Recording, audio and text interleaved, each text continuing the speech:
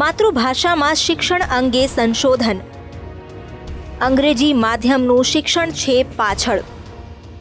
માતૃભાષાના વિદ્યાર્થીઓની શૈક્ષણિક સિદ્ધિ વધારે.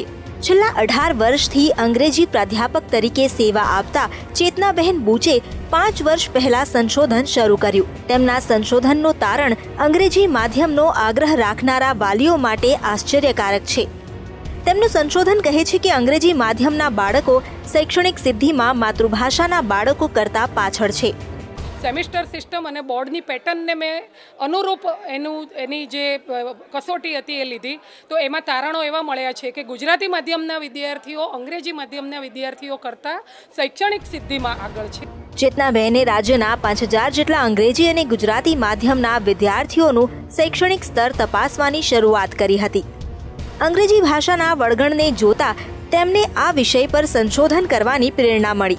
જો તમારે ફંડામેન્ટલ અને કન્સેપ્ચ્યુઅલ એજ્યુકેશન આપવું હોય તો માતૃભાષામાં આ રિસર્ચ છે એ માતૃભાષામાં શિક્ષણની હિમાયત કરે છે. ચેતનાબહેન પોતે અંગ્રેજીના પ્રાધ્યાપક છે, પરંતુ તેઓ માતૃભાષામાં જ શિક્ષણની હિમાયત કરે છે. તેમનું સંશોધન પણ અંગ્રેજીનું ઘેલું છોડીને માતૃભાષા ગુજરાતી પર લગાવ રાખવાનો સંદેશ આપે છે. અરુણ શાહ, સંદેશ ન્યૂઝ, ગાંધીનગર.